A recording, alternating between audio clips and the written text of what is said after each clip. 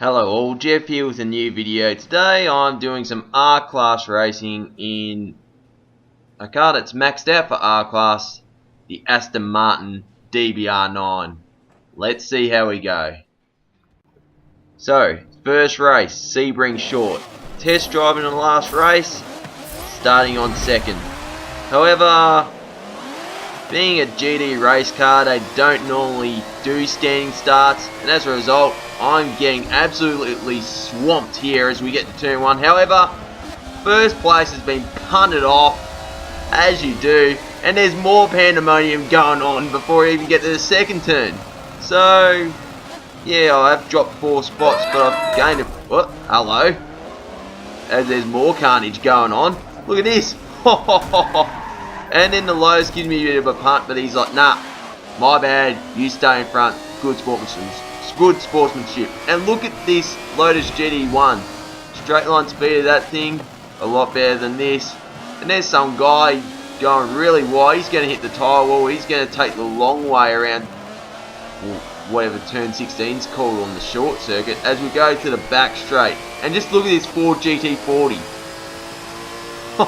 That's a reason why it's one of the most OP cars in R-Class. That straight line speed destroys everyone else as we go into turn 17.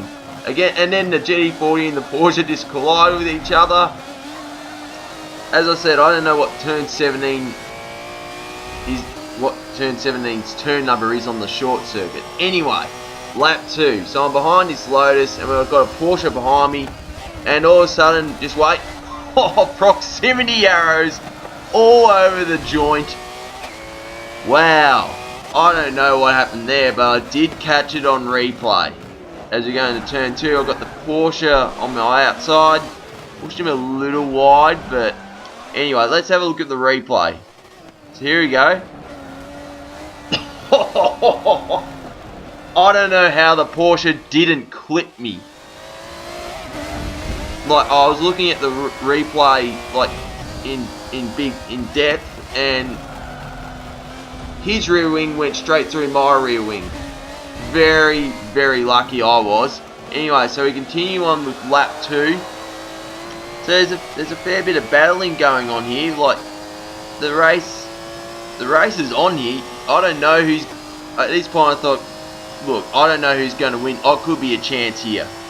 As we go into turn 17 on the long circuit, that is, as the Lotus GT1 goes wide, I use the grip of this thing to go around, but the Lotus has got the straight line speed on me.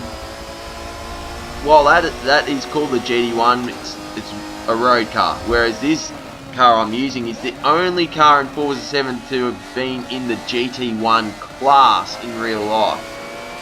No more Corvettes. Oh, hello! I don't know what happened there. The Porsche just gets a bit of a punt. But yeah, as I said, the Aston DBR9 raced in the GT1. Oh, more carnage, hello. So this thing, I'm pretty sure this car has been in Forza since Forza Motorsport 2. No, Forza Motorsport 3 was the first Forza this car featured in. Competed in the GT1 class in real life with the Corvette C6R, the Corvette C7R. There was other GT1 cars like the Maserati MC12, the Saleen S7R, and we go further back. GT1 was just Le Mans prototypes that were road legal, like McLaren F1, Porsche 911 GT1. It was just crazy back then that you had these basically road legal cars winning Le Mans. But when it hit the noughties, it was just another GT class, although it's probably faster than the GTE class is today. And it shows, because in stock trim this is like R-Class 880 or something like that. But as you can see, we've got a fair battle going on here. So first place is another Aston DBR9 battling with the Porsche Carrera GT, and you've got a McLaren 570S that has really good straight line speed. So we've got a really good battle here, and it's on for young and old, as I just got that corner completely wrong. The other Aston's still in the lead. He's gone sideways and he's clipped the McLaren, and I've just gone to second place. Wow. But as I said, the McLaren's got really good straight line speed, and I do have to worry about a Radical behind me. And as you know, Radicals are basically race cars, and the grip of those things is ridiculous. However, I've got a lot more power than the Radical, but the McLaren, that straight line speed, with that straight line speed, he could catch the Porsche Carrera GT here. However, he makes a bit of a meal of it at turn 1. He just slightly clips the wall and gives me second place. So I just got to make sure I get turn 2 right so he doesn't pass me. There you go. And I end up finishing second in that race. Not bad at all. So let's go on with the next one. So the next race was at Homestead Mini. Starting 4th place, got the other Aston Martin behind me.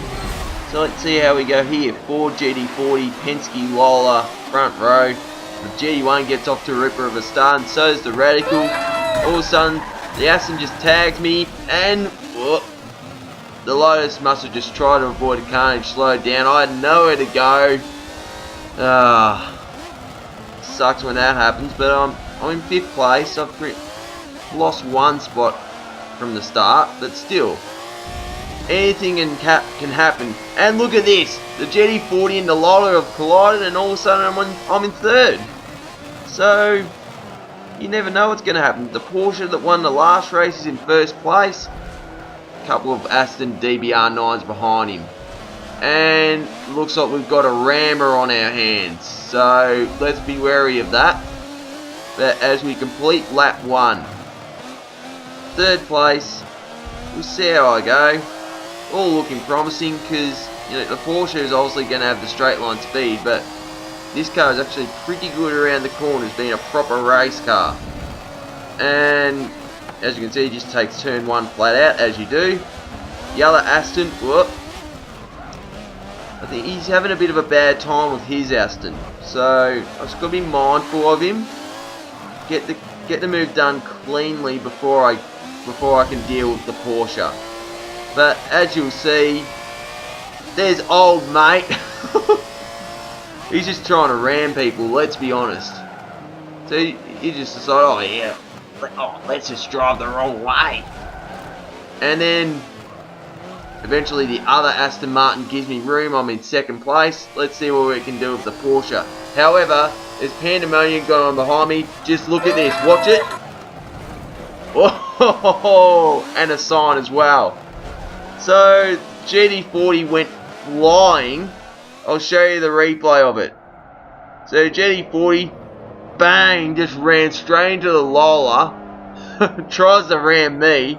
The Lola hits the tire wall, and the Xbox One fence goes flying. It's almost like they were thinking that the Lola went through the tire wall and hit the fence. But anyway, it's lap 5. I'm right up behind the Porsche now, and